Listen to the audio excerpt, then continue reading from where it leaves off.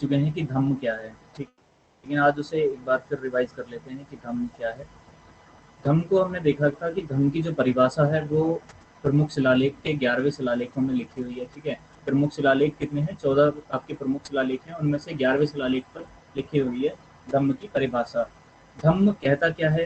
धम्म बोलता है कि सही कार्यवाही होनी चाहिए, सही व्यवहार होना चाहिए, दया, दान, पाप रहित जीवन, गैर आवाज और सभी के लिए सम्मान, जीवों के लिए आदर का भाव, सभी के लिए मतलब कि इक्वल राइट्स, लो कास्ट के लिए प्रॉपर राइट्स, ठीक है। तो सभी को समाज में बराबर का अधिकार मिले, ये सभी क्या कहता है? ये धम्म कहता है।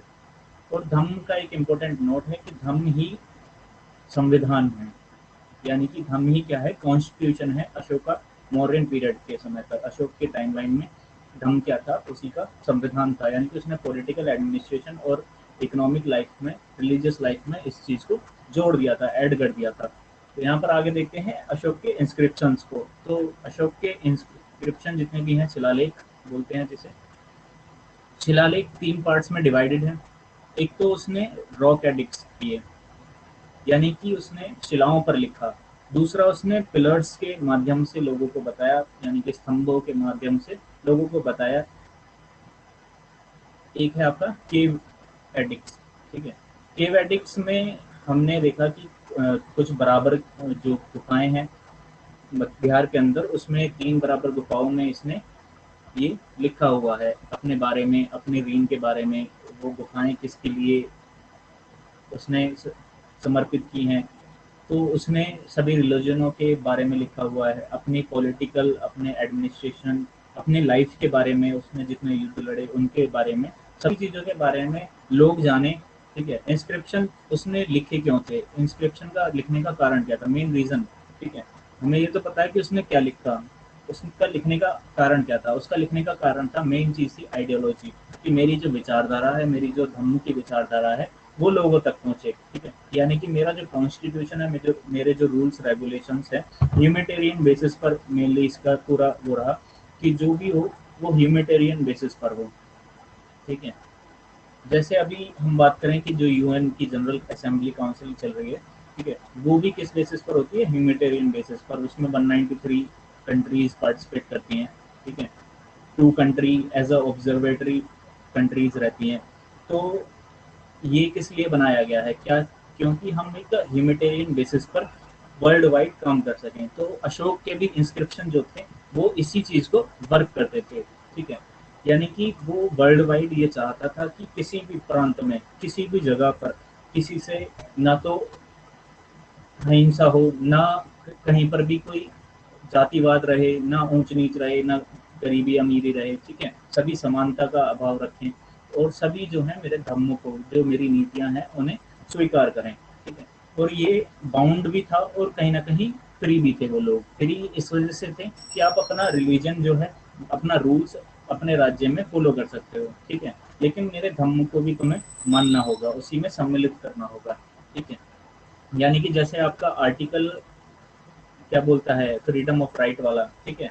राइट टू फ्रीडम और राइट टू इक्वालिटी क्या बोलता है कि आपके पास सभी समानता के अधिकार हैं। लेकिन रिजर्वेशन उसी चीज को क्या अपोज करता है, ठीक है। रिजर्वेशन जो आपको कॉन्स्टिट्यूशन में दिया गया है वो क्या है, इसी स्टेटमेंट को अपोज करता है। तो कहीं ना कहीं दोनों एक दूसरे से लिंक हैं। तो ऐसे ही अशोक के जो इंस्क्रिप्शन है, अशोक का जो धर्म था, उसकी बातें और जो उसका रूल एंड रेगुलेशन थे, वो कहीं ना कहीं एक दूसरे को अपोज करते थे, कॉन्ट्राडिक्ट करते थे, लेकिन बैलेंस भी रखते थे वो, समाज को बैलेंस भी रखते थे, ठीक है। यहाँ पर हम देखते हैं कि रोक एडिक्ट्स कितने हैं। मेजर जो हैं वो 8 रोक एडिक्ट्स हैं, 8 मेजर रोक एडिक्ट हैं, यानी कि 8 मेजर शिलालेख हैं। और माइनर 14 शिलालेख हैं, ठीक है। माइनर कितने शिलालेख हैं? 14 शिलालेख हैं। जो ये माइनर शिलालेख हैं, ये इंस्क्रिप्शन के तौर पर, यानी कि इम्पोर्टेंट रूल बुक की तरह माने गए हैं, ठीक है। इन्हीं के अंदर सब कुछ मैक्सिमम लिखा गया है। जो उसके धम्म के बारे में लिखा गया है, जो उसके रूल्स एंड रेगुलेशंस के बारे में लिखा गया है, वो मैक्सिमम किस में लिखा गया है? रॉक एडिक्ट्स में लिखा गया है। उसके बाद हम पिलर एडिक्ट्स देखते हैं। पिलर एडिक्ट्स में उसने 6 मेजर पिलर एडिक्ट हैं और माइनर 5 मेजर पिलर एडिक्ट्स हैं, ठीक है। तो उसमें उसने क्या लिखा हुआ है? उसमें उसने अपने एडमिनिस्ट्रेशन से रिलेटेड, अपने लाइफ से रिलेटेड, अपने परिवार के मौर्य वंश के रिलेटेड सभी चीज़ें लिखी हुई हैं। उसके बाद में केव एडिक्ट्स में लिखता है वो अपने रिलीजन के बारे में, ठीक है। अपने रिलीजन के बारे में, अपने जो साथ के रिलीजन हैं, ठीक है, जितने भी उसके समकालिक रिलीजन हैं, जैन जैन टेक्स्ट है, उसके बारे में, जैनों के बारे में लिखा गया है, हिंदू के बारे में, ठीक है, बुद्ध के बारे में। तब तक मुस्लिम का तो यहाँ पर कोई रोल ही नहीं था, ठीक है। मुस्लिम आपके कब आते हैं? 1200 एडी में, तो वो तो बहुत दूर की बात है, ठीक है। तो यहाँ पर केवेटिक्स कितने हैं? 3 प्लेसेस पर हैं, ठीक है। तो ये टोटल कितने हैं? ये अशोक के टोटल इंस्क्रिप्शंस हैं। इंस्क्रिप्शन का मतलब होता है एनग्रेविंग ऑन रॉक्स, यानी कि शिलालेखों पर लेख करना, ठीक है। आगे देखते हैं इन्हीं को चट्टानों पर नक्काशी। यहाँ पर आप देख सकते हैं कि शिलालेख कितने हैं? 8 प्रमुख हैं, 14 माइनर हैं। उसके बाद में स्तंभ 6 हैं और स्तंभ के 5 माइनर हैं, ठीक है। गुफा शिलालेख कितने हैं? 3 हैं। उसमें यहाँ पर हम देखते हैं डिस्कवरी ऑफ अशोकास इंस्क्रिप्शन। अशोक के इंस्क्रिप्शंस की डिस्कवरी। हमें ये पता है कि जो टर्किश थे, उन्होंने कोशिश ये की थी लगभग 1400 एडी में कि 1200 एडी से 1400 एडी तक की जितना भी इनका इतिहास है वो मिटा दिया जाए, हमारी संस्कृति को मिटा दिया जाए। तो उन्होंने जैसे सांची स्तूप का बिल्कुल अस्तित्व मिटा दिया था, सांची का, ठीक है। लेकिन बाद के जो राजा आए, उन्होंने उसे रिवाइव करने की कोशिश की, ठीक है, लेकिन मैक्सिमम वो नुकसान पहुंचा चुके थे। उसके बाद उनकी खोज किस प्रकार से की गई? 1750 में सबसे पहला इंस्क्रिप्शन जो मिला हमें, वो मिला दिल्ली मेरठ पिलर इंस्क्रिप्शन। यहाँ पर हम बात कर रहे हैं अंग्रेजों की, ठीक है, क्योंकि आज के समय में हम कोई भी डिस्कवरीज, आर्टिफैक्ट, ये सभी चीजें मान रहे हैं, इंस्क्रिप्शन मान रहे हैं, ठीक है। हमें तो पता है कि हमारे राजा ने क्या लिखा था, लेकिन ये चीज हम किसके लिए लगा रहे हैं? डिस्कवरी ऑफ अशोका इंस्क्रिप्शन, वो किसके लिए लगा रहे हैं हम? ब्रिटिश टाइम के दौरान पे, ठीक है। 1750 से 1857, ये सभी क्या है? ब्रिटिश टाइमलाइन है, ठीक है। ये हमें तो पता है, लेकिन अंग्रेजों को इस चीज के बारे में नहीं पता। वो उसके प्रोस्पेक्ट से हम पढ़ेंगे कि 1750 में Delhi Meerut pillar inscription tiffin Thaler के द्वारा खोजा गया, ठीक है। ये हम किसके ब्याह पर बात कर रहे हैं? एग्जाम के ब्याह पर, ठीक है। एग्जाम किस बेसिस पर पूछेगा? ब्रिटिश टाइमलाइन के बेसिस पर पूछेगा, ठीक है। ये चीज काफी गलत है, लेकिन ऑथेंटिकेशन अगर हमें मानना है, ऑथेंटिक माननी है चीज़ों को, तो उन्हीं के हिसाब से हमें चलना पड़ेगा।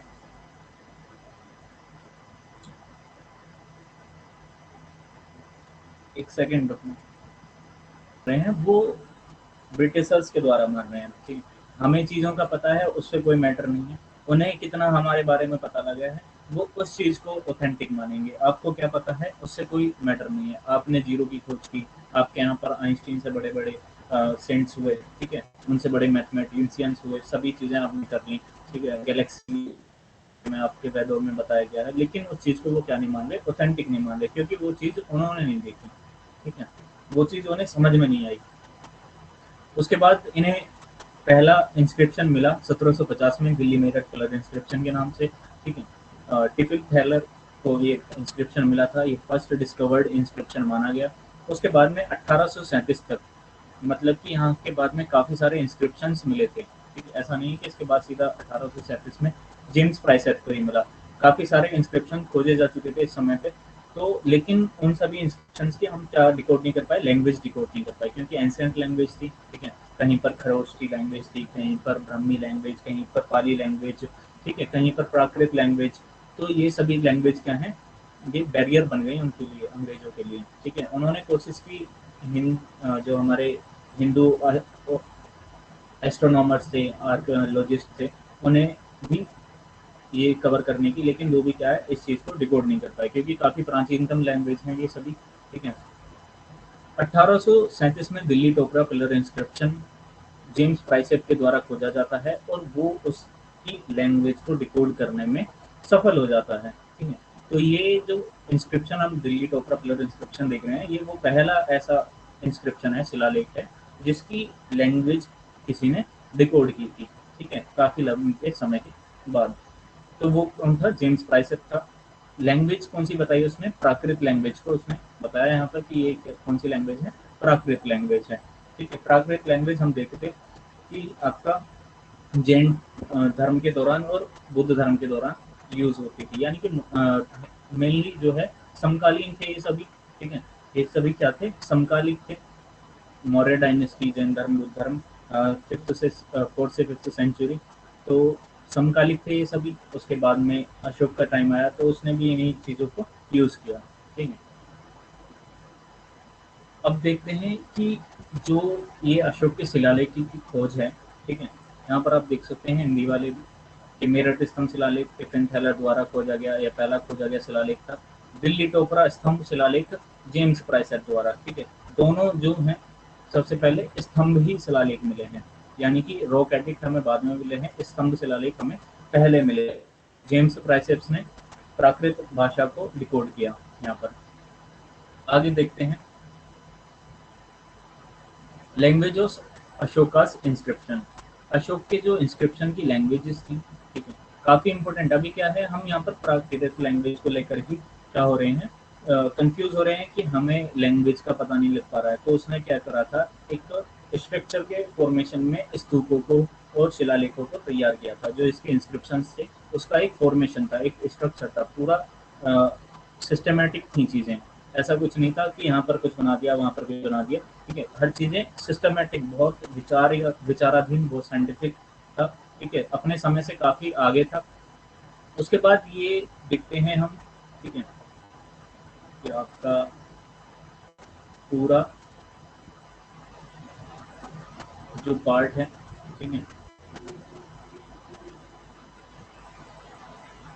ये आपका इंडिया वाला जो पार्ट है, ये आपका यहाँ पर क्या आ जाता है, पाकिस्तान वाला पार्ट आ जाता है। यहाँ से आपका क्या आ जाता है, अफगानिस्तान, ठीक।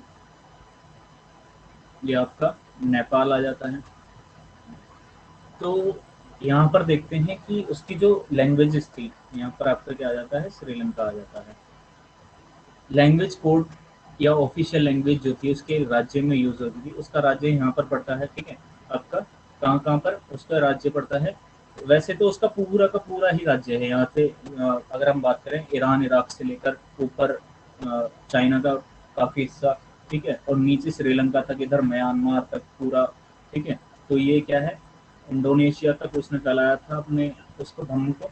तो ये पूरा ही उसका क्या है, साम्राज्य है। लेकिन इतने बड़े साम्राज्य तो नहीं, हम यहाँ पर क्या ले रहे हैं, उसके जो कोर्ट लैंग्वेज है, जो उसका स्टेट, उसका खुद का मगध है, ठीक है। जो पाटलिपुत्र वाला पार्ट है वो कहाँ पर है, मेनली बिहार, छत्तीसगढ़, आपका थोड़ा सा पार्ट उत्तर प्रदेश में, ठीक है। तो वो वाला उड़ीसा का थोड़ा सा पार्ट, ये जो पाटलिपुत्र वाला पार्ट वो यहाँ पर है, ठीक है। उसकी जो ऑफिशियल लैंग्वेज है वो क्या है, पाली है। बाद एक कहावत भी है कि हर कोस पर पानी बतले, हर 8 कोस पर वाणी, ठीक है। अलग अलग जगह पर अलग अलग लैंग्वेज, तो वो ये जानता था, ठीक है। तो उस चीज को उसने बहुत अच्छे से यूज किया है अपने इंस्क्रिप्शंस में, ठीक है। उसने क्या किया कि जो साउदर्न इंडिया में प्राकृत लैंग्वेज यूज होती थी, ठीक है, यहाँ से जितनी भी प्राकृत लैंग्वेज यूज होती थी यहाँ, ठीक है, उसने क्या करा, यहाँ पर प्राकृत भाषा में ही अपने इंस्क्रिप्शंस को लिखा। जो उसके इंस्क्रिप्शन लिखे तो साउथ में कैसे लिखे गए, प्राकृत भाषा में। नॉर्थ में उसने किस भाषा का इस्तेमाल किया, ब्रह्मी भाषा का, ठीक है। किस नॉर्थ में, यहाँ से यहाँ तक पूरा, ठीक है, किस भाषा का उसने इस्तेमाल किया, ब्रह्मी भाषा का। और जो पाकिस्तान वाला पार्ट था उसमें उसने खरोष्टी भाषा का इस्तेमाल किया। और जो उसका अफगानिस्तान, इराक, ईरान, ग्रीक वाला पार्ट था उसमें इसने क्या इस्तेमाल किया, अरेमिक ग्रीक लैंग्वेज इस्तेमाल की, ठीक है। और साउथ में ही ये आपका पूरा ये आ जाता है, ठीक है। पाली लैंग्वेज, ये म्यांमार तक और ये सभी तक क्या थी, पाली लैंग्वेज यूज होती थी। ऊपर तक उसने नॉर्थ में पूरा ब्रह्मी लैंग्वेज, चाइना वाले पार्ट तक उसने ब्रह्मी लैंग्वेज का यूज किया है, ठीक है। आज भी चाइना में बहुत जगह जो इसके इंस्क्रिप्शन हैं, ठीक है, और बाकी जो बुद्ध के पूरे वो है वो किस लैंग्वेज में लिखे हुए हैं, सभी ब्रह्मी लैंग्वेज में लिखे हुए हैं, ठीक है। या पूरा ये जो पार्ट है पूरा, ये इस यहाँ से यहाँ तक, ठीक है, उसमें किस में लिखे हुए हैं, ब्रह्मी लैंग्वेज में इंस्क्रिप्शन लिखे हुए हैं। ब्रह्मी लैंग्वेज को पढ़ सकते हैं, उसे फॉलो कर सकते हैं, ठीक है। तो वो लोग हमसे ज़्यादा इस चीज़ को फॉलो करते हैं, इनके इंस्क्रिप्शंस को, ठीक है। इनके जो पूरे लिटरेचर्स थे उन्हें ये हमसे ज़्यादा फॉलो किया करते हैं, ठीक है। मैं आगे बताऊंगा कि वो कौन सा वो था जिसने सभी इंस्क्रिप्शंस को मैन टू मैन पढ़ा था, ठीक है। एक ऐसा व्यक्ति भी था जिसने मैक्सिमम उसके इंस्क्रिप्शंस को खुद एक एक जगह जाकर, यानी कि पूरे इतने इतने बड़े पूरे साम्राज्य में, इसके पूरे साम्राज्य में एक एक जगह जाकर इसने तो पढ़ा था, और वो एक चाइनीज था, ठीक है। वो क्या था, एक चाइनीज था, ठीक है। वो एक चाइनीज ट्रैवलर था। तो ये चीज़ें बहुत इंपॉर्टेंट हैं, ऐसा कोई भी एक इंडियन नहीं था, ठीक है। क्या पता रहा भी हो, लेकिन उसके बारे में कहा जाता है ना कि घर की मुर्गी दाल बराबर, घर में सब जाने कोई बड़ी बात नहीं, कोई बाहर से आके ये कह दे अरे तुम तो बड़े सुंदर लग रहे हो, तो वो बड़ी बात हो जाएगी, ठीक है। घर में तुम कैसे भी लग रहे हो, कोई इम्पोर्टेंस नहीं है, ठीक है। तो वही चीज़ें हैं यहाँ पर, ठीक है? यहाँ पर एक चाइनीज ट्रेवलर ने इन सभी इंस्क्रिप्शंस को डिस्क्राइब भी किया है। उसने इनको क्या करा है, डिकोड कर कर चाइनीज लैंग्वेज में कन्वर्ट भी किया है। तो यहाँ पर लैंग्वेज की जो अशोक की लैंग्वेज है इंस्क्रिप्शंस की, वो क्या क्या है आपको याद रखना है। साउथ इंडिया में प्राकृत लैंग्वेज, नॉर्थ इंडिया में ब्रह्मी लैंग्वेज, आपका पाकिस्तान में खरोच की लैंग्वेज, और आपका अफगानिस्तान में अरेमिक ग्रीक लैंग्वेज। यहाँ पर आप देख सकते हैं। तो यही सभी चीज़ें हैं आपको याद रखनी है। कौन सी मेनली जो है उसने चीज़ों को किस हिसाब से बांटा है, वहाँ की जो मेजर लैंग्वेज थी उसके हिसाब से बांटा है। यहाँ पर ये मेजर लैंग्वेजेस इन रीजन्स में बोली जाती थी। आगे देखते हैं जो उसका शिलालेख की भाषाएं, ये यहाँ पर आप हिंदी में देख सकते हैं। आगे देखते हैं कि जो इसके इंस्क्रिप्शंस हैं, इसके मेजर, मैं आपको एक बार पीछे एक बार लेकर चलता हूँ कि अब मैंने पूरा एक चार्ट बनाया हुआ है कि कितने इसके इंस्क्रिप्शंस हैं, ठीक है। वो अभी हमने देखा था कि कितने इसके मेजर रोक एडिक्ट इंस्क्रिप्शंस में पहला पार्ट है रॉक एडिक्ट्स का, ठीक है। पहला पार्ट है रॉक एडिक्ट्स का। रॉक एडिक्ट को टू पार्ट्स में डिवाइड किया गया है। कितने पार्ट्स में, टू पार्ट्स में।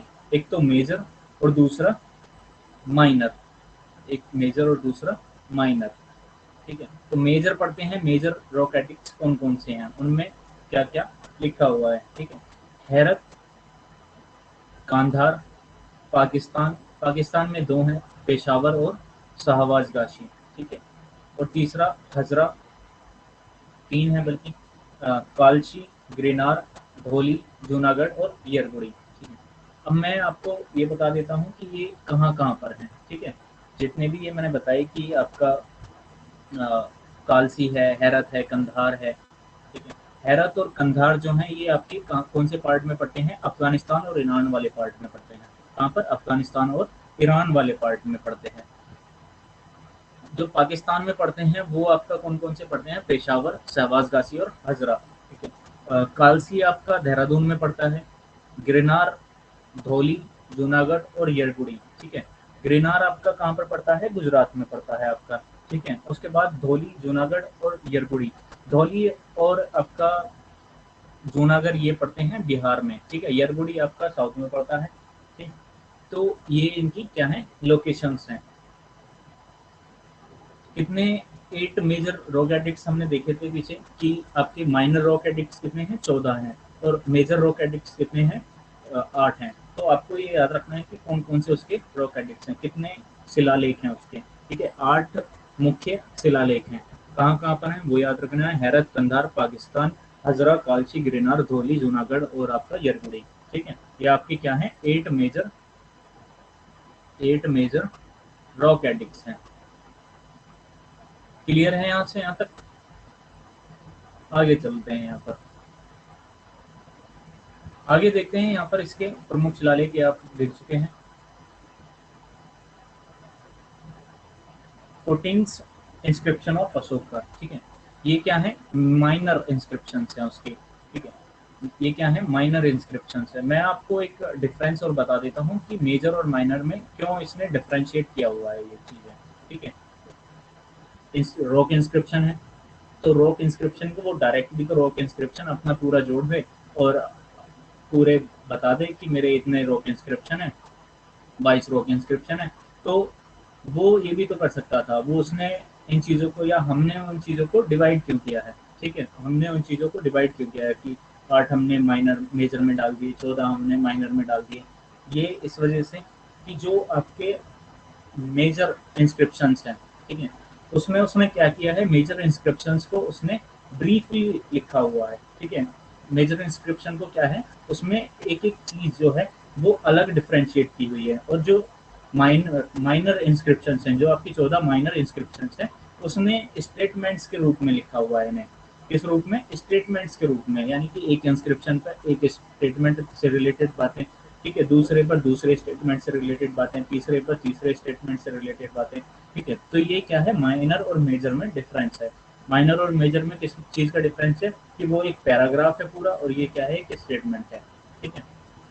देखते हैं तो यहाँ पर कि उसने अपने 14 इंस्क्रिप्शन में क्या लिखा हुआ है। जो उसकी 14 माइनर रॉक इंस्क्रिप्शन है, ये क्या है, 14 माइनर रॉक इंस्क्रिप्शन, और हमने क्या पढ़े थे इससे पहले, 8 मेजर रॉक इंस्क्रिप्शन, ठीक है। तो पहले इंस्क्रिप्शन में लिखा हुआ है एबोलिशन ऑफ एनिमल सेक्रीफाइस, ठीक है।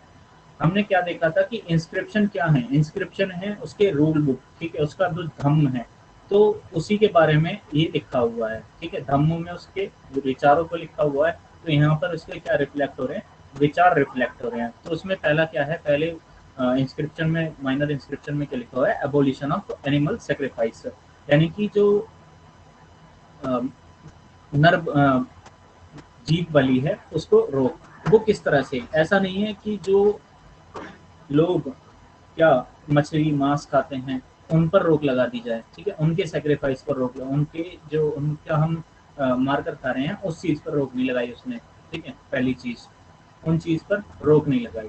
ये एनिमल सेक्रीफाइस जो है वो आपके धर्म को लेकर है, ठीक है।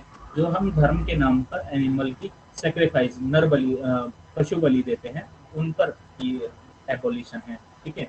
और वैसे उसने ये निर्देश दिए थे कि आप इन्हें खाएंगे भी नहीं, ठीक है, एनिमल्स को खाएंगे भी नहीं, आप शाकाहारी बनिए।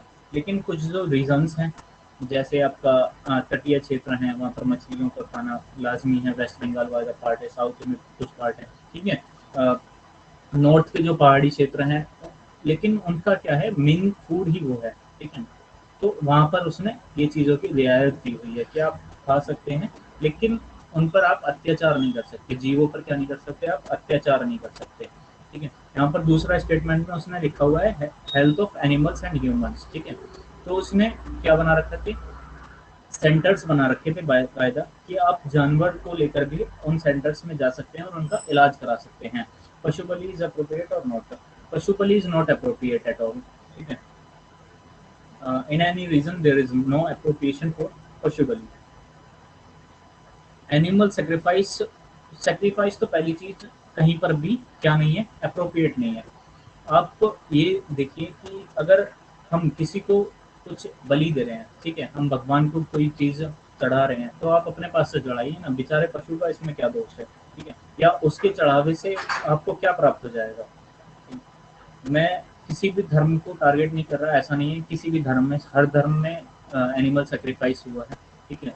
जो आपके लोकल रीजन्स रहे हैं, ठीक है, छोटे छोटे समुदाय रहे हैं, मेनली जो आपके ट्राइब्स रहे हैं, वो एनिमल सेक्रीफाइस के लिए, मॉडर्न इंडिया में भी देखेंगे एनिमल सेक्रीफाइस को लेकर क्या हुआ है, बहुत सारे हमारे रिवोल्ट्स भी हुए हैं, ठीक है।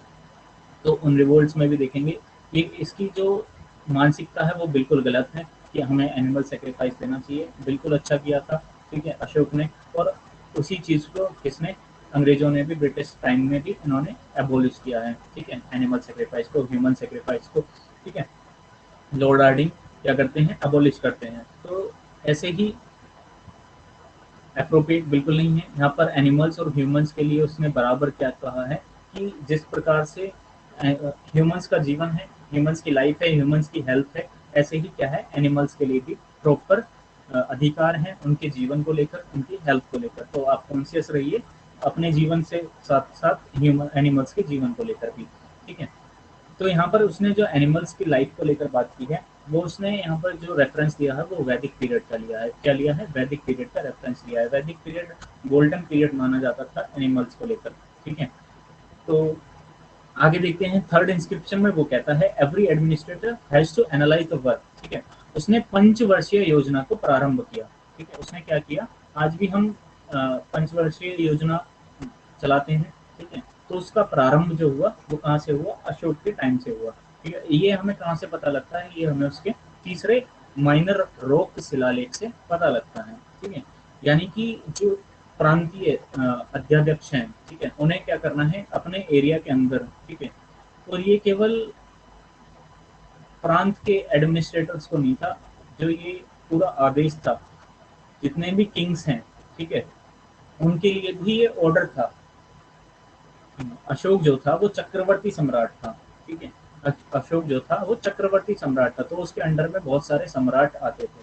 ठीक है, तो उन सभी सम्राटों के लिए ये आदेश था कि आप भी ये बाधित हैं मानने के लिए, क्योंकि धम्म क्या है, कंपलसरी है, और ये क्या है, धम्म का ही पार्ट है। उसने अपने धर्म में ही इन चीजों को जोड़ दिया। पॉलिटिकल हमने देखा, पॉलिटिकल एडमिनिस्ट्रेशन, रिलीजियस, सब चीजों को उसने मिक्स कर दिया बहुत अच्छे से कोऑर्डिनेट करके। ठीक है, तो वो एक काफी अच्छी चीज थी कि आप जो ये मैं चीजें बता रहा हूँ, ये एबोलिशन, एनिमल, ठीक है, ह्यूमन सेक्रीफाइस, इन सभी चीज़ों को लेकर कि कास्ट बेस नहीं होगा, पुअर रिच का जो बैलेंस है वो बना रहेगा। ठीक है, कोई भी सिनलेस लाइफ जिएगा, और ये सभी चीज़ें, तो आप इन चीज़ों का निर्देशक भी, ठीक है, एक प्लान भी बनाएंगे 5 साल हमें किस प्रकार से वर्क करना है, और उन चीज़ों को एनालाइज भी करेंगे 5 साल के बाद कि हमने जो प्लान बनाए हैं वो पूरी तरह से कार्य कर रहे हैं या नहीं कर रहे हैं, कहाँ पर दिक्कत आ रही है, उस चीज़ को आप पाठ्यपुत्र आकर समझ सकते हैं। ठीक है, और ऐसा नहीं था कि ये खुद भी क्रॉस चेक किया करता था इन चीज़ों को। ठीक है, ये जो 5 ईयर प्लान है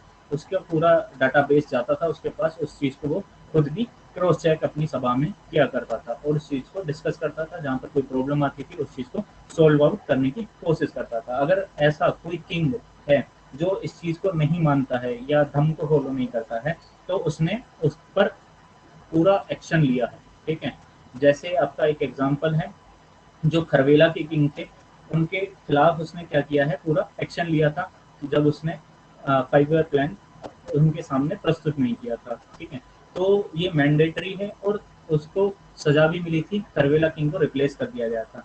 ठीक है, तो इतनी पावर थी उसमें कि कोई भी राज्य उससे मना नहीं कर सकता था। ठीक है, अडॉप्शन ऑफ धम्म पॉलिसी, धम्म नीति को आप मानेंगे ये कंपलसरी है, ये कहाँ पर लिखा हुआ है, फोर्थ माइनर रॉक एडिक्ट में लिखा हुआ है, चौथे रॉक शिलालेख में लिखा हुआ है। ठीक है, कि आप धम्म पॉलिसी को स्वीकार करेंगे। उसके बाद में अपॉइंटमेंट ऑफ महामात्रा, महामात्रा की नियुक्ति, महामात्रा बोला गया है जो धम्म के लिए प्रचार प्रसार करे। ठीक है, यहाँ पर जो है महामात्रा वो मेल है। ठीक है, 5वें इंस्क्रिप्शन में जो महामात्रा है वो क्या है, मेल है, यानी कि पुरुष है। अपॉइंटमेंट, महामात्रा का अपॉइंटमेंट क्यों जरूरी था, ठीक है, उसने तो इंस्क्रिप्शन लिख रखे थे, वो लोग फॉलो करें, लेकिन ऐसा नहीं था। कैंपेनिंग, मार्केटिंग, वो जानता था कि मार्केटिंग जो आज के टाइम पर भी मार्केटिंग एक क्रूशियल पार्ट है किसी भी कंपनी का, किसी भी स्टेट का, किसी भी कंट्री का। ठीक है, अगर आपको कोई बिजनेस चलाना है मेजरली, तो आपको मार्केटिंग का सहारा लेना पड़ेगा। ठीक है, तो ऐसे ही वो ये जानता था कि जो मुझे अगर अपने आइडियोलॉजी को लोगों तक पहुंचाना है तो मुझे महामात्रा की आवश्यकता पड़ेगी, यानी कि धम्म कैंपेनर्स मुझे चाहिए। तो उसके लिए उसने नियुक्ति किस प्रकार से हो, कैसा महामात्रा होना चाहिए, कौन महामात्रा बनने के लायक है, वो सभी चीज़ें कहाँ पर लिखी हुई हैं, वो उसने अपने 5th इंस्क्रिप्शन में लिखी हुई हैं। बाद में आता है 6th इंस्क्रिप्शन। 6th इंस्क्रिप्शन में उसने लिखा हुआ है सेल्फ कंट्रोल के बारे में। ये आपको क्या बताएगा, सेल्फ कंट्रोल के बारे में बताएगा, यानी कि उसने मेडिटेशन, योगा, यहाँ पर बुद्ध को क्या किया हुआ है, इसे बुद्ध को समर्पित किया हुआ है कि बुद्ध, इसमें गौतम बुद्ध क्या मानते हैं। ठीक है, इसमें चीजें गौतम बुद्ध क्या मानते हैं सेल्फ कंट्रोल को लेकर, कि आप नियंत्रित, अपने आप को, अपनी इंद्रियों को नियंत्रित कर सकेंगे तो आप समाज को नियंत्रित कर सकते हैं। ठीक है, तो उसी चीज को स्टार्टिंग उसने कही है कि आप सेल्फ कंट्रोल का स्टार्ट अपने आप से कीजिए। ठीक है, आप कंट्रोल में रहेंगे तो समाज कंट्रोल में रहेगा, समाज कंट्रोल में रहेगा तो पूरी कंट्री कंट्रोल में रहेगी। तो स्टार्टिंग अपने आप से कीजिए, ये आज के लिए भी हमें आवश्यक है हमारे जीवन में। हम इतने स्ट्रेसफुल रहते हैं, पढ़ाई करते हैं, ठीक है, जितने भी कंपटीशन वाले बच्चे हैं सभी काफ़ी हद तक पढ़ाई करते हैं, तो उनका ध्यान ना भटके। ठीक है, बर्ड वॉचिंग में ना लगे वो, तो यही सब चीज़ें क्या हैं, और बाकी इधर उधर किसी भी चीज़ में ना लगें। ठीक है, तो उसके लिए सेल्फ कंट्रोल बहुत जरूरी है। तो उसने अपने 14th इंस्क्रिप्शन में से 6th इंस्क्रिप्शन में ये लिखा हुआ है। बाद में देखते हैं हम 7th इंस्क्रिप्शन, क्योंकि ये क्या बताता है, ये अशोक के यानी कि जो भी बुद्ध धर्म के, मेजरली हम यहाँ पर अशोक की बात कर रहे हैं, तो कहीं ना कहीं बुद्ध धर्म की बात कर रहे हैं, ठीक है। तो अशोक के इंस्क्रिप्शन जो क्या है, वो क्या बन गए हैं, उसके तीर्थ स्थल बन चुके हैं, ठीक है। वो क्या बन चुके हैं, तीर्थ स्थल बन चुके हैं। तो अब इन चीजों को वो इसमें लिखता है 7th उसमें, कि जो मेरे खुद के तीर्थ स्थल हैं उनके बारे में, ठीक है।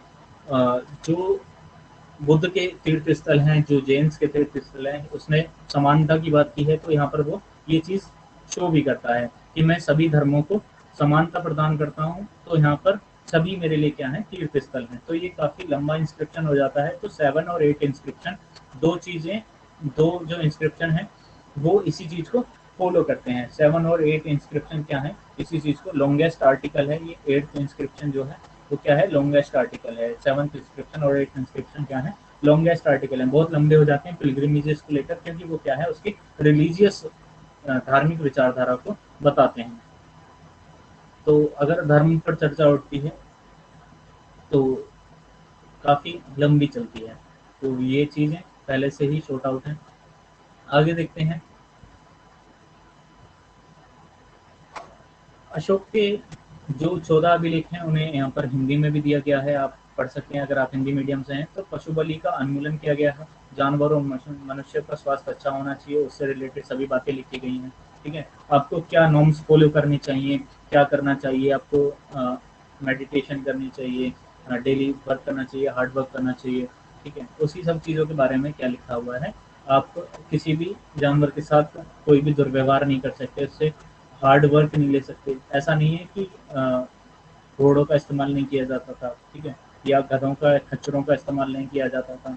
जानवरों का बिल्कुल यूज ही कि जानवर फ्री हैं तो उनसे आप काम नहीं ले सकते, ऐसा नहीं था। आप काम ले सकते हैं लेकिन उन पर अत्याचार नहीं कर सकते हैं, ठीक है। उनके देखभाल का, उन्हें चारा टाइम पे बताएंगे, ठीक है, उन्हें उनके स्वास्थ्य का ध्यान रखेंगे। अगर उन पशुओं को कोई बीमारी हो जाती है तो आप उनके स्वास्थ्य का पूरा, पहले क्या हुआ करता था कि अगर कोई पशु खराब हो गया, ठीक है, कहते थे ना कि लंगड़ा घोड़ा किसी दौड़ के काम मिलता नहीं है, तो लंबे घोड़े को मार दिया जाता था। तो ऐसे ही यहाँ पर उस चीज को वो अबोलिश करता है, उस विचारधारा को अबोलिश करता है कि आप अगर किसी जानवर आपके काम का नहीं रहा तो आप, ऐसा नहीं है कि उसे आप मार दें या उसे आप छोड़ दें, आपको उसका ध्यान रखना होगा, क्योंकि आपने उससे क्या लिया है, काम लिया है, ठीक है। तो उसमें तीसरी आइडियोलॉजी उसकी क्या थी, तीसरा इंस्क्रिप्शन क्या था, कि प्रत्येक प्रशासक को पंचवर्षीय योजना, ठीक है। यहाँ पर इम्पोर्टेंट क्या है, पंचवर्षीय योजना है। ये आपसे एग्जाम में भी पूछ सकता है कि पंचवर्षीय योजना अशोक के किस अभिलेख में लिखी हुई है, ठीक है। 3rd अभिलेख में लिखी हुई है आपकी पंचवर्षीय योजना। धम्म नीति को अपनाना है, ये कहाँ पर लिखा हुआ है, 4th इंस्क्रिप्शन में महामात्रा की नियुक्ति, 5th इंस्क्रिप्शन में आत्मनियंत्रण, 6th इंस्क्रिप्शन में, 7th इंस्क्रिप्शन में तीर्थों के बारे में लिखा गया है, और 8th इंस्क्रिप्शन भी इसी बारे में बताता है, क्योंकि ये लॉन्गेस्ट इंस्क्रिप्शन माना गया है, ठीक है। आगे देखते हैं, अगला 9th इंस्क्रिप्शन क्या है। 9th इंस्क्रिप्शन कहता है कि आप अपने नैतिकता पर अड़े रहिए, ठीक है। आप नैतिकता के बारे में बताता है 9th इंस्क्रिप्शन, कि आप अपनी नैतिकता को, जो आपके मूल कर्तव्य हैं, जो आपके मूल मॉरल्स हैं, आप उन्हें नहीं भूल सकते, ठीक है। आप उन्हें याद रखेंगे और उन्हीं का पालन करेंगे। ट्रू कंडीशन एंड एथिक्स, क्या है एथिक्स, एथिक्स किसी के भी क्या हो सकते हैं, ठीक है। वेलफेयर स्टेट को लेकर एथिक्स हैं कि आप अपने राज्य को एक उन्नत राज्य बनाएंगे, आप सभी का सम्मान करेंगे, आप राज्य का सम्मान करेंगे, राष्ट्र का सम्मान करेंगे। इन्हीं सब चीज़ों को लेकर लिखा गया है कि आप ह्यूमैनिटेरियन बेसिस पर चीज़ों को सोचेंगे, उन्हीं पर विचार करेंगे और इन्हीं पर कार्य भी करेंगे, ठीक। उससे आगे देखते हैं कि ये अगले 10th इंस्क्रिप्शन में क्या कहता है। 10th इंस्क्रिप्शन भी एथिक्स का एक मॉडिफाइड वर्जन है। उसमें क्या बोला गया है कि आप वेलफेयर बनाएंगे, ठीक है, किसी स्टेट को एक वेलफेयर स्टेट बनाएंगे।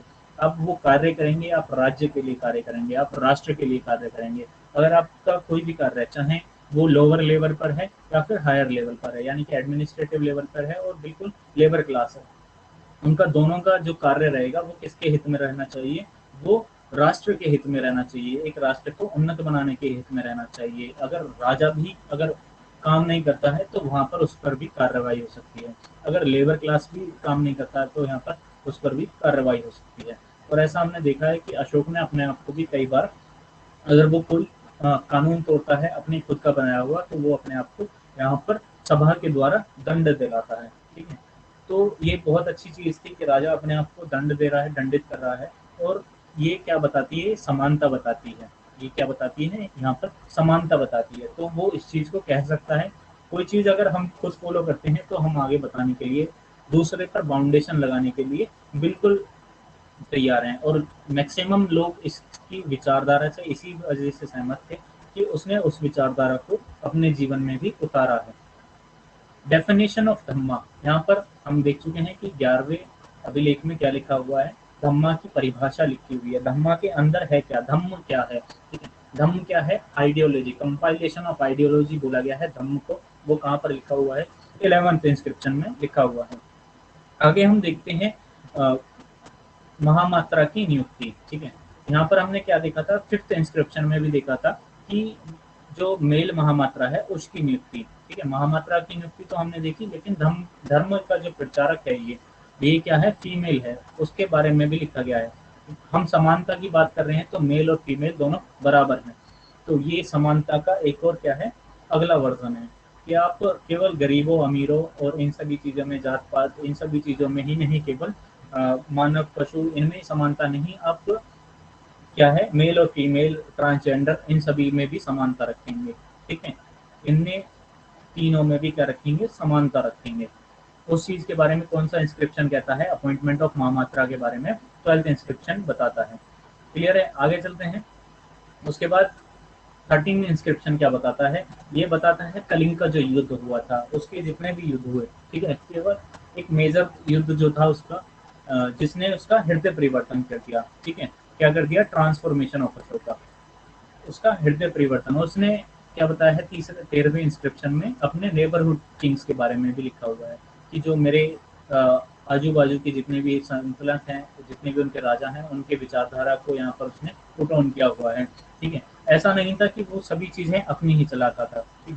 वो सभी से विचार करके, सभी से विमर्श लेकर कि आपके राज्य में ये चीजें चल सकती हैं, ये चीजें उसके हिसाब से अनुकूल हैं, नहीं है। कि ऐसा नहीं है कि जो चीज़ नॉर्थ में सही है वो चीज़ साउथ में भी सही हो सकती है, जो चीज़ साउथ में सही है वो चीज़ नॉर्थ में भी सही हो सकती है। तो वो उन चीज़ों को क्या करता था? अपने नेबरहुड किंग्स के साथ डिस्कस किया करता था, अपनी सभा के साथ डिस्कस किया करता था, और तब उन चीज़ों को इम्प्लीमेंट करता था। तो वो सभी चीज़ें क्या हैं? मेजरली 13वां इंस्क्रिप्शन कलिंग वॉर के बारे में बताता है और उसके नेबरिंग स्टेट्स के किंग्स के बारे में बताता है। 14th इंस्क्रिप्शन बताता है, उसका कहता है कि आप सभी को एक फ्री रिलीजियस लाइफ जीने का क्या है? अधिकार है। आप सभी फ्री हैं कि आप जिस धर्म को माने, आप मुक्त हैं। आप ब्राह्मण धर्म को मानिए, आप शैविज्म को मानिए, आप वैष्णविज्म को मानिए, आप बुद्ध धर्म को अपनाइए, आप जैन धर्म को अपनाइए, आप किसी भी धर्म को अपना सकते हैं, आप फ्री हैं। ठीक है, लेकिन फिर वही बात आ जाती है कि आप किसके लिए भी बाउंड हैं? आप धम्म के लिए बाउंड हैं। ठीक है, और धम्म किसका पार्ट माना गया है? बुद्ध धर्म का पार्ट माना गया है। ठीक है, धम्म के लिए बाउंड है। इम्पोर्टेंट क्या है कि ये एक आइडियोलॉजी की तरह उसने पेश किया। ठीक है, ना कि किसी धर्म की तरह। किसकी तरह? एक आइडियोलॉजी की तरह। लेकिन धर्म का भी इसने क्या बनाया? पार्ट बना दिया। ठीक है, अभी समय नहीं हुआ है, पूरी क्लास भी नहीं हुआ है, ये लॉन्गेस्ट क्लास नहीं होनी चाहिए, ऐसा मैंने माना है। लेकिन ये चीज़ें क्या हैं? कुछ चीज़ें हमने कल कवर कर रखी थी। आगे आज मैं सोच रहा हूँ कि पूरा जो इसका इंस्क्रिप्शन तक है वो कवर कर दी जाए। ठीक है, क्योंकि ये लेक्चर जो है, अशोका वाला लेक्चर काफ़ी लंबा हो गया है, 3 क्लासेस से चल रहा है, कल भी शायद ये पूरा ना हो। ठीक है, तो मैं ये सोच रहा हूँ अगर मैं आज यहाँ पर इसे रोक देता हूँ तो ये कल कवर नहीं हो पाएगा। ठीक है, आगे चलते हैं। ये तो हुए इसके रॉक एडिक्ट्स। अब आगे देखते हैं कि रॉक एडिक्ट्स के बाद आते हैं इसके पिलर एडिक्ट्स। ठीक है, तो पिलर एडिक्ट्स में, माइनर रॉक एडिक्ट्स में देखते हैं इसके गुरजारा, नेटूर, अस्की, उदगोलम, यरगुली। ठीक है, ये क्या बताते हैं? ये बताते हैं इसके, ये क्या बताते हैं? इसके नाम के बारे में बताते हैं। मैं आपको पहले भी बताया हुआ है कि देव नाम की इसका नाम दिया गया है, देवोसा पर्याय। तो वो इन्हीं माइनर रॉक एडिक्ट्स में बताया गया है। उसके बाद में हम देखते हैं माइनर रॉक एडिक्ट्स, मैंने बताया था आपको ये याद रखना है कि इनकी लोकेशन क्या है। मध्य प्रदेश इनकी लोकेशन है, नेटूर कर्नाटका में है, हास्की कर्नाटका में और कोलम कर्नाटका में, यरगुली, ठीक है। तो आपको इनके लोकेशन के बारे में भी पता होना चाहिए। इन जो रॉक एडिक्ट्स हैं इन्हें नाम ही दिया गया है गुर्जारा रॉक एडिक्ट, नेटूर rock addict, husky rock addict, उद्गोलम रॉक एडिक्ट, यरगुली रॉक एडिक्ट, ठीक है। उसके बाद में हम यहाँ पर देखते हैं कि मेजर जो पिलर एडिक्ट्स हैं, अब क्या आते हैं, पिलर एडिक्ट्स में आते हैं हम। किस पर आ रहे हैं, पिलर एडिक्ट्स पर आ रहे हैं, ठीक है। पिलर एडिक्ट्स हमने मेजर पिलर एडिक्ट्स देखे थे कि कितने हैं, 6 मेजर पिलर एडिक्ट्स हैं यहाँ पर आपके, ठीक है, कितने हैं, और 5 क्या है, माइनर एडिक्ट्स हैं। 5 क्या है आपके, माइनर रॉक एडिक्ट्स हैं, पिलर एडिक्ट्स हैं। पहला पिलर एडिक्ट है दिल्ली मेरठ। दिल्ली मेरठ पिलर एडिक्ट क्या है, पहला पिलर एडिक्ट है, जिसमें हमने देखा था कि टिफिन थैलन ने 1750 में से खोज की थी। इसे दिल्ली से इसे दिल्ली से मेरठ से दिल्ली कौन लेकर आया, इसे मेरठ से दिल्ली कौन लेकर आया, फिरोज शाह तुगलक। उसने रिस्टोर किया इस चीज को, ठीक है। उसने क्या किया, इस पिलर एडिक्ट को रिस्टोर करने की कोशिश की, यानी कि बचाने की कोशिश की। दिल्ली टोपरा, हाँ एक और चीज की है, जितने भी पिलर एडिक्ट्स हैं वो किससे बने हुए हैं, सैंडस्टोन से बने हुए हैं। किससे बने हुए हैं, सैंडस्टोन से बने हुए हैं। दिल्ली टोपरा, दिल्ली टोपरा का जो पिलर एडिक्ट है वो फिरोज शाह तुगलक ने वो फिरोज शाह तुगलक ने शिफ्ट किया टोपरा से दिल्ली। इस पर फर्स्ट स्क्रिप्ट डिकोडेड है जेम्स प्राइसेप में 1837 में। तीसरा है कौशाम्बी प्रयागराज। कौशाम्बी प्रयागराज को समुद्रगुप्त ने प्रयाग से शिफ्ट किया कौशाम्बी, ठीक है। प्रयाग से कहाँ पर शिफ्ट किया, कौशाम्बी में। किसने, समुद्रगुप्त ने। समुद्रगुप्त गुप्ता पीरियड का किंग है, इससे आगे आप पढ़ेंगे हम। Later fortified by Jahangir, Jahangir ने क्या करा, इसके इर्द गिर्द, जैसे यहाँ पर ये पिलर एडिक्ट है, इसके इर्द गिर्द दीवारें लगा दी, फोर्टिफाइड कर दिया, यानी कि पूरा इसे सुरक्षित कर दिया। लोरिया अराराज वाला आपका फोर्थ मेजर पिलर एडिक्ट है। उसके बाद लोरिया नंदराज या फिर नंदगढ़।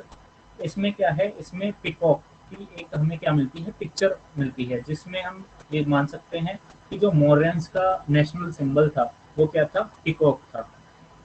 उसके बाद लोरिया रामपुरबा, ये आपकी क्या है, मेजर पिलर एडिक्ट्स हैं। पहला दिल्ली मेरठ, दिल्ली टोपरा, कौशाम्बी प्रयागराज, लोरिया अराराज, लोरिया नंदगढ़ नंदराज और लोरिया रामपुरबा। और ये जो लोरिया लोरिया लिख रहा है ये कहाँ पर है, ये आपका अफगानिस्तान वाले पार्ट में, ईरान ग्रीक वाले पार्ट में पड़ता है, ठीक है। तो वहां से यहाँ पर लेकर आए हैं। आगे देखते हैं कि जो माइनर पिलर एडिक्ट्स हैं, ठीक है। आप ये यहाँ पर हिंदी में देख सकते हैं, हिंदी मीडियम वाले। उसके बाद देखते हैं माइनर पिलर एडिक्ट्स को। माइनर पिलर एडिक्ट्स में हम देखते हैं, पहला पिलर एडिक्ट है कौशाम्बी। कौशाम्बी को रानी इंस्क्रिप्शन भी बोला गया है, रानी की वो अलग है, ठीक है। रानी इंस्क्रिप्शन क्यों बोला गया है, कि क्योंकि इसमें अशोक की जो वाइफ थी, कलिंग कलिंग के जो राजा थे उनकी पुत्री, अनंथा की पुत्री कौरवती, जो उसकी वाइफ थी, फर्स्ट वाइफ थी, उसके बारे में लिखा गया है। सेकंड वाइफ थी, सॉरी, फर्स्ट वाइफ उसकी देवी थी। उसके बारे में, उसके डोनेशंस के बारे में, दान धर्म के बारे में लिखा हुआ है। इसमें अशोक के पुत्र के नाम का भी जिक्र है, तेवर, जो अशोक और कौरवती का पुत्र था तेवर, उसके बारे में भी लिखा हुआ है यहाँ पर। सांची का स्तूप, सांची का जो माइनर पिलर एडिक्ट है, उसमें क्या बना हुआ है, उसमें 4 लोयंस बने हुए हैं, उसके नीचे एक गूज है, गूज बोलते हैं हंस को, ठीक है। तो सांची के स्तूप पर क्या बना हुआ है, सांची के स्तूप पर 4 लोयंस और एक गूज बने हुए हैं, ठीक है। उसके बाद रुन्मादई का जो है वो इसका इकोनॉमिक इंस्क्रिप्शन माना गया है। उसमें इकोनॉमिक, उसके जो इकोनॉमिक रुन्मादई का जो पार्ट है, ठीक है, वहाँ का रुन्मादई आपका नेपाल के पास में पड़ता है, ठीक है, लुम्बिनी नेपाल में। तो वहाँ पर जो टैक्स लगा वो, उसके बारे में 1/8 टैक्स लगता था, 1/8 ऑफ द एनी पार्ट, यानी कि बहुत कम टैक्स, ठीक है। उसके बाद इसने इसको टैक्स फ्री भी कर दिया, ठीक है। बाद में क्या भी कर दिया, टैक्स फ्री भी कर दिया था। तो रुन्मादी क्या है, इकोनॉमिक इंस्क्रिप्शन है, वो इकोनॉमिक, इसकी इकोनॉमिक कंडीशंस को, वो किस प्रकार से टैक्स लिवाई करता है, ठीक है, लोगों पर किस प्रकार से टैक्स की पूरी पॉलिसी लिखी हुई है, इकोनॉमिक पॉलिसी लिखी हुई है उसकी वहाँ पर। खरवेला का कुछ खास इंस्क्रिप्शन नहीं है, ठीक है। उसमें इसके बारे में लिखा हुआ है, इसकी आइडियोलॉजीज के बारे में लिखा हुआ है। सारनाथ का क्या है, सारनाथ में नेशनल एम्बलम बना हुआ है, भारत का जो नेशनल एम्बलम है 1950 में जो हमने अडॉप्ट किया है, वो हमने कहाँ से लिया है, सारनाथ से लिया है, ठीक है। कब अडॉप्ट किया है हमने, 1950 में, ठीक। जब हमने संविधान को अडॉप्ट किया है तो तभी 26 जनवरी 1950 को ही क्या हमने किया है, नेशनल एम्बलम ऑफ इंडिया को सारनाथ के अशोक के इंस्क्रिप्शन से, जो पिलर इंस्क्रिप्शन है उससे हमने अडॉप्ट किया है।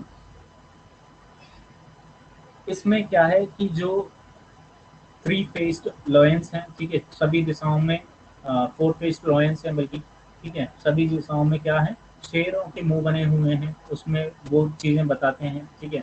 वो हम आर्ट एंड कल्चर में देखेंगे कि उसमें क्या क्या बना हुआ है, किस तरह से क्या क्या बताता है, ठीक है। ये आपके क्या हो गए, लेकिन ये आपके पूरे एडिक्ट्स हो गए, जितने भी इसके क्या हैं, एडिक्ट्स हैं। यहाँ पर देखते हैं केव इंस्क्रिप्शन, लास्ट इंस्क्रिप्शन में पार्ट आता है केव, गुफाओं पर जो इंस्क्रिप्शन बने हुए हैं, उसमें बताता है कि बराबर केव, तीन इंस्क्रिप्शन है, ठीक है, 3 गुफाओं में है। तीनों गुफा कहाँ पर है, बिहार में। थ्री प्लेसेस पर देखा था हमने कि इसके क्या है, इंस्क्रिप्शन है थ्री, ये कहाँ पर है, बिहार में है, बराबर केव्स में है। आजीविका सेंट मोंग के लिए ये क्या है, मेनली मेजरली इन्हीं के लिए लिखे गए हैं, इन्हीं के लिए इसमें दिए गए हैं।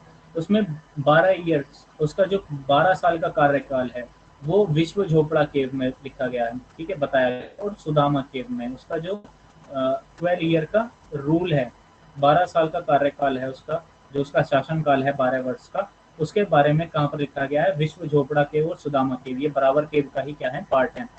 और 19 ईयर्स का पूरा कार्यकाल है वो कहाँ पर लिखा गया है, कर्ण चौपाल में लिखा हुआ है। तो ये क्या है, उसके एडमिनिस्ट्रेशन के बारे में बताते हैं। केव इंस्क्रिप्शन किसके बारे में बताते हैं, अशोक के टाइम के एडमिनिस्ट्रेशन के बारे में बताते हैं कि उसके जो एडमिनिस्ट्रेशन था वो किस प्रकार से रहा, उसका जो स्ट्रगल था एडमिनिस्ट्रेशन के समय में, उसने जो विचारधाराएं उसने पूरी चलाई, political ideology, religious ideology, administrative ideology को जो मिलाया, उसका जो रिजल्ट निकला वो यहाँ पर लिखा हुआ है, ठीक है। तो ये काफी इंपॉर्टेंट हो जाती है उस प्रोस्पेक्टिव से।